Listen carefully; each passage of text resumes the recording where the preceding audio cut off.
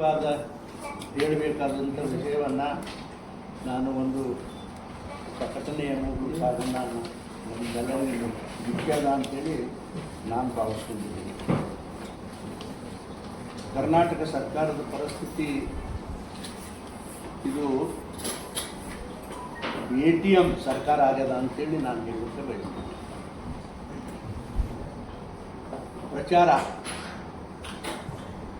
ಪ್ರಚಾರ ಬೇಕು ಅಂತೇಳಿ ATM ಉಪಯೋಗ ಮಾಡ್ತಾನೆ. ಅದ ಡೆಬಿಟ್ ಅಕೌಂಟಾಗ ರೊಕ್ಕನೇ ಇಲ್ಲ, ಡೆಬಿಟ್ ಅಕೌಂಟಾಗ ಒಂದು ಹಣನೂ ಇಲ್ಲ, ಒಂದು ರೂಪಾಯಿನೂ ಇಲ್ಲ. ಇವತ್ತು ಇಡೀ ರಾಜ್ಯಕ್ಕೆ ತುಂಬ ಒಂದು ಅಭಿವೃದ್ಧಿ ಕಾಮಗಾರ ಇಲ್ಲ. ಎಷ್ಟೋ ಜನ ಈ ಔಟ್ಸೋರ್ಸ್ ಮೇಲೆ ಅಪಾಯಿಂಟ್ಮೆಂಟ್ ಮಾಡ್ಕೊಂಡಿರೋ ಬಡ ಜನರ ಪಗಾರಗಳಿಲ್ಲ. ಬರೀ ಒಂದೇ ನಿಮಗೆ ನರೇಗಾದ ಹೇಳಿದ್ರಿ, ಇಂಥ ಇನ್ನೂ ಭಾಳ ಅದಾವ.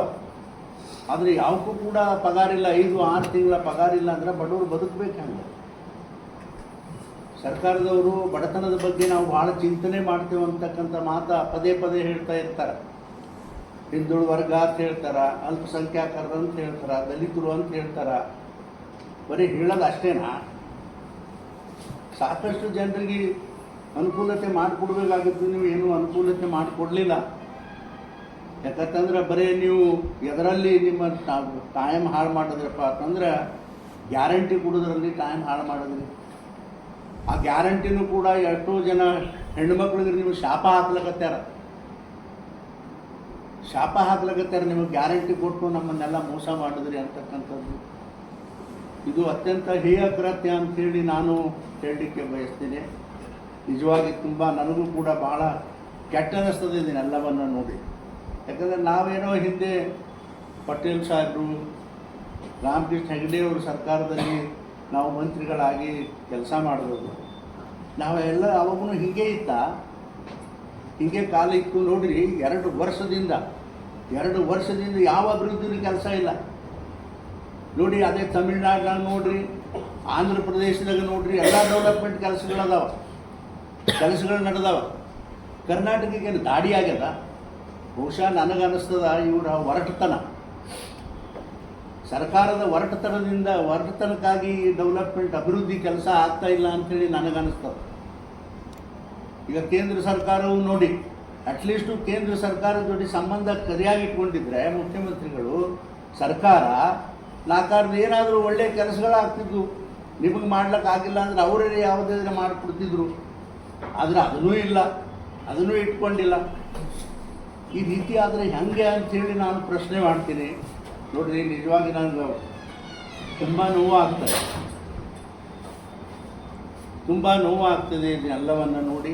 ಆದರೂ ಕೂಡ ಅವಾಗವಾಗ ಏನೋ ನನಗೆ ನಿಮ್ಮನ್ನೆಲ್ಲ ಭೇಟಿ ಆಗಬೇಕು, ನಾನು ಪತ್ರಿಕಾ ಹೇಳಿಕೆ ನೀಡಬೇಕು ಅಥವಾ ಪತ್ರಿಕೆ ಸ್ಟೇಟ್ಮೆಂಟ್ ಕೊಡಬೇಕು ಅನ್ನೋದು ನನ್ನ ಭಾವನೆ ಇಲ್ಲ.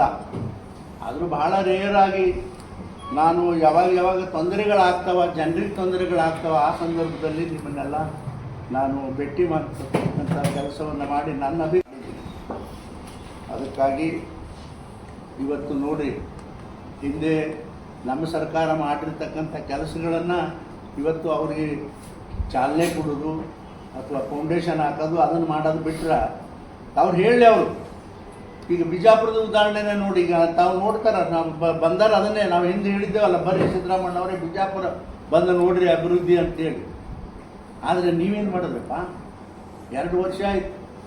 ಒಂದು ಕೆಲಸ ಹೇಳ್ರಿ ಅಂತಂದು ನಿಮ್ಮ ಮನಸ್ಸಿಗಿದ್ದು ಸರಿ ಅನ್ನಿಸ್ತದ?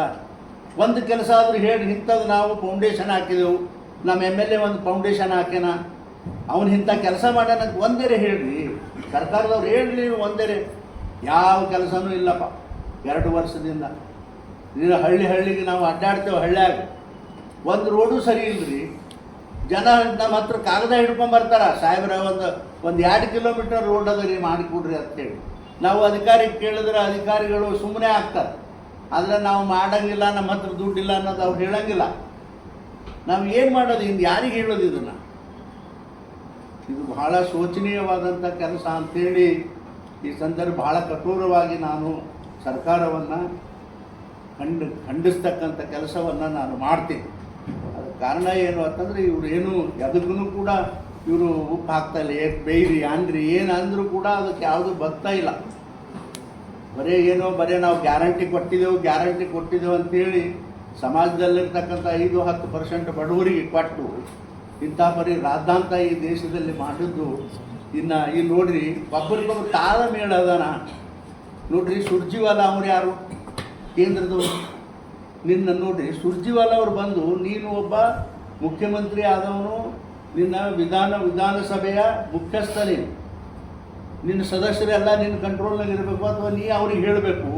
ಬಿಟ್ಟು ನೀನು ಸುರ್ಜಿವಾಲ ಅವರೇ ಬಂದು ಅವರೇ ಮೀಟಿಂಗ್ ತೊಗೊಂಡು MLAಗಳು ಬಂದು ನಿಮ್ಮ ಕಷ್ಟ ಏನಪ್ಪ ಅದು ಏನು ಕೇಳೋದು, ಇದು ಹೊಸ ಪಾಠನ ಇದು.